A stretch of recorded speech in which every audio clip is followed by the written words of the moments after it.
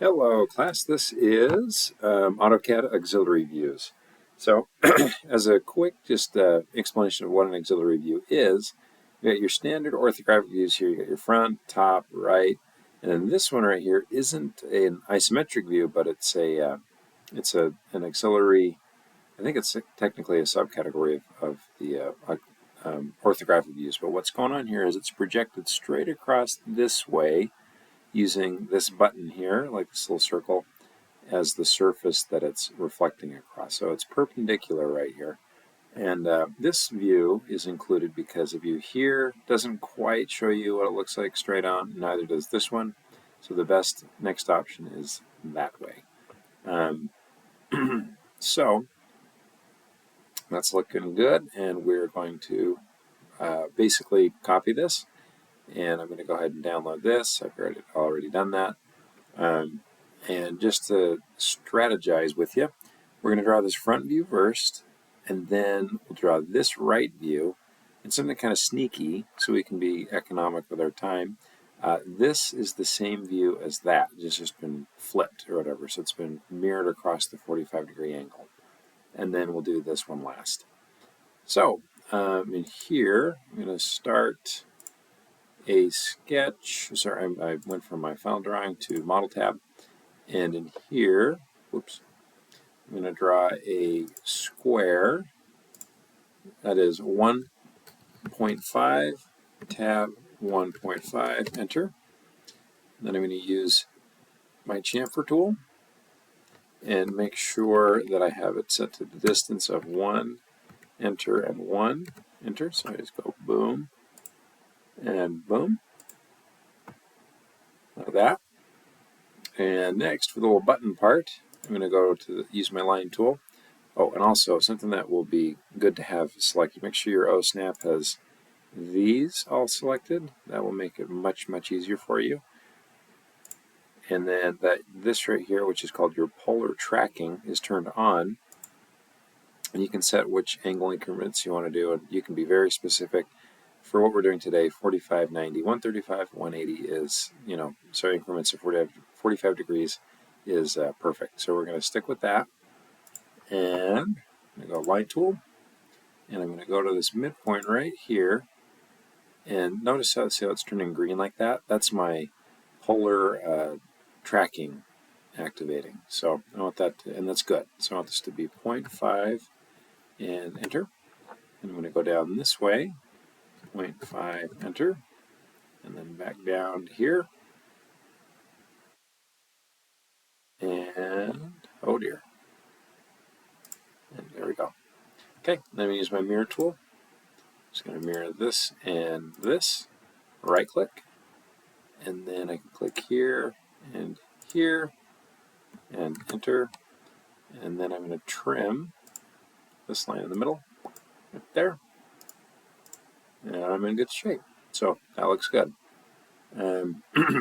Now I can do my projected line, so I'm going to take a line over here, go over, and let's say like 3 inches, so it just goes over a little ways.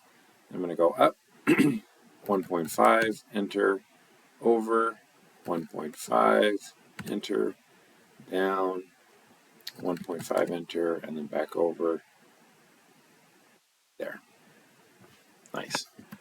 Okay, and now I'm going to take a line right here and go straight over and add this as a projection line. Go over here. Oh, that one's already there. Just kidding. We're going to do, let's do the, we'll try to keep this easy. Let's do this middle line. I go straight across. And then let's do this line right here, which also goes straight across. And, okay, I see what I forgot here. I'm missing this line right here. Okay, so what we're basically doing, this is kind of hard to tell, but I'm going to use these 3 points, point here, here, and here, to draw an ellipse. So to draw this oval shape we're seeing right here, but it's the one that's underneath directly on the face. So we'll actually only keep the bottom half of it, but we're going to draw the whole thing for some just to make it easy on us. So I'm going to go up here, and this is a new tool I don't think we've used yet. It's called Center Ellipse. I'm going to click there. And, oh, actually before that, I'm going to make sure that these lines are separated. So I'm going to trim and get rid of all of these. And these two right here. Awesome, so I'm left with this. And I did that because that will allow me to select the midpoint, which is going to be useful here. So I'm going to go over here, midpoint, and then it's going to go up and click here. And then for my width, it's going to ask how wide is it supposed to be. It's 0.5, enter. And we're good. So we've got that. And I'm going to go and project this line over here, straight over. And that's going to mark where the top of the next oval goes. So we've done the lower one, which is found underneath here, and we're going to do this upper one. So I'm going to go, and I found the best way to do this is not to redraw the oval, but to copy the existing one. So go copy, click on this one, right click, and it's going to say what do I want to use as my base point. And I'm going to click this top point right there. And then I'm just going to go up here and then place it right there where it's perpendicular. And then I can hit escape, and I've got it. So there's those lines, and before I trim everything, I'm going to put the vertical lines in between here. The line tool, just connect them like that. And I could do the mirror tool or just do another line. Either way is perfect. And then I'm going to trim and get rid of a lot of stuff. So I'm going to get rid of this stuff up here. Get rid of everything on here, except for that bottom edge, that stays. Everything right here, here, and everything on the inside as well. Like that. Cool. So we've got both of those. They look great. Now we're ready to do the mirror tool of this whole face. So I'm going to go mirror. I'm going to select this whole thing. And then right click. I'm going to click this corner and then just go up here. And there it is. Okay. And notice it's a little bit too high up. We can fix that pretty easily by just using the move tool. I'm going to select all of this, right click, and then just bring it down a little bit so it's not flying off the page. All right, so that was the hardest part. The auxiliary view is actually fairly easy. So we're going to go line tool, and I'm going to project this one at a 45 degree, like that. And it doesn't, this is going to be a weird number for how far it goes that way, so I'm actually going to use my projection lines to help me figure this out, like that. And then I'm going to take one line here, go down, and then I'm going to go over 1.5, and then up right there. I've got that plotted out. And then I'm just going to add a bunch of projection lines.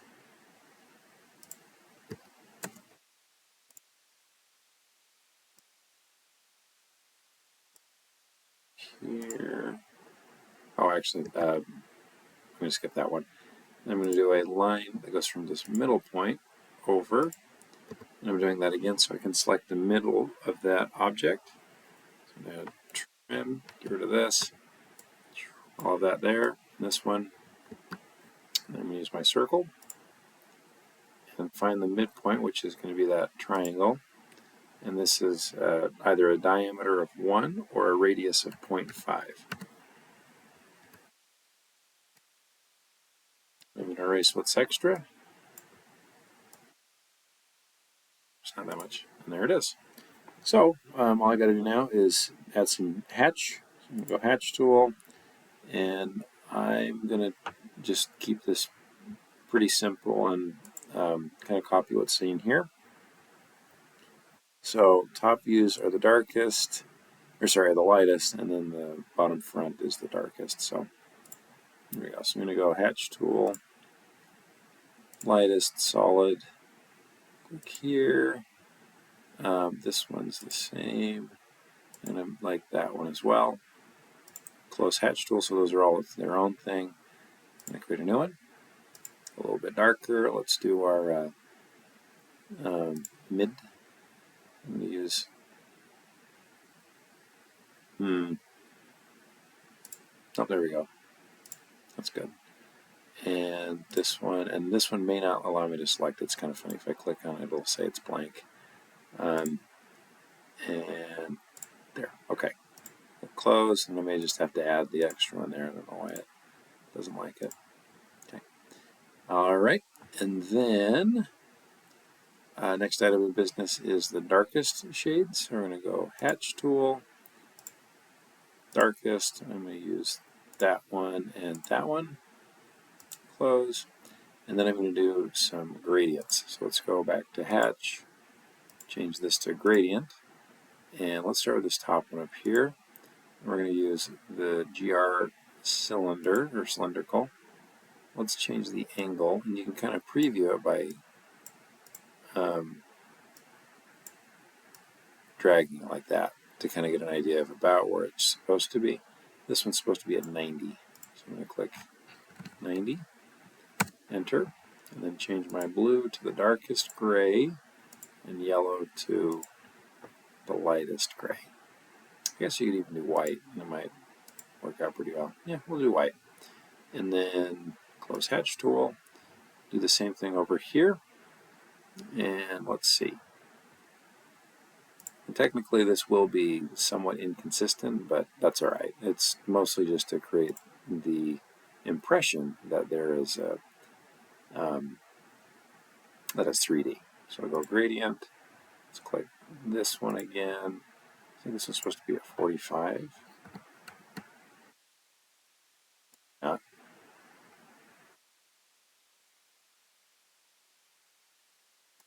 Maybe 135. Looks a little better. Yeah, I think that's good actually. It looks like that's it. Okay, and I'll click OK, finish. And then this last one is a gradient. We're going to click underneath here, and it's going to go dark on the bottom and lighter on the top.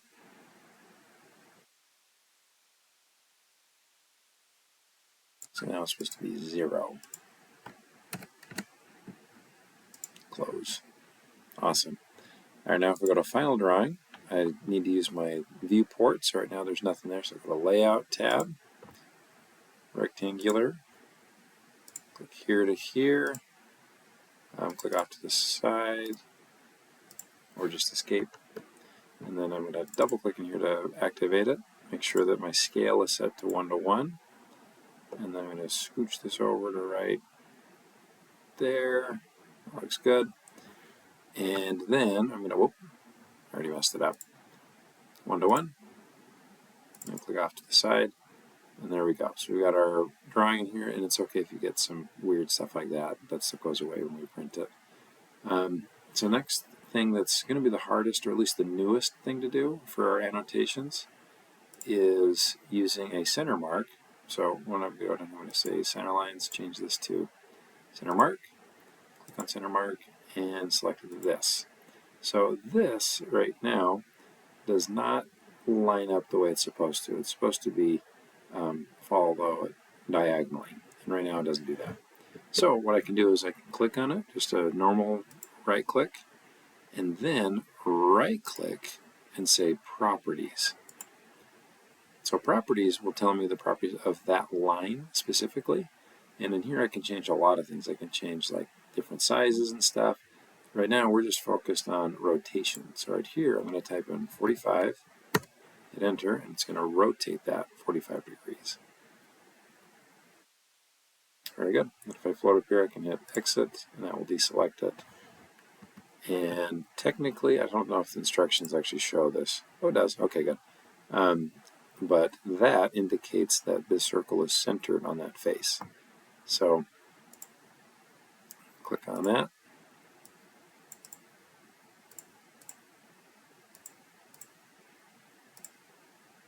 Perfect. And let's go back to dimension. And I need to make, oh, it's an escape. All right, dimension tool. And then the next hardest one is getting the angle that goes right here. So I'm going to click on this line as if I'm trying to get that length. And I'll select here. and then this is going to appear, and I'm going to just put it right about there. There you go. And let's see, what else does it have? Okay, and then my angles go from here, or not angles, linear dimensions go here and here, and there's another one up here.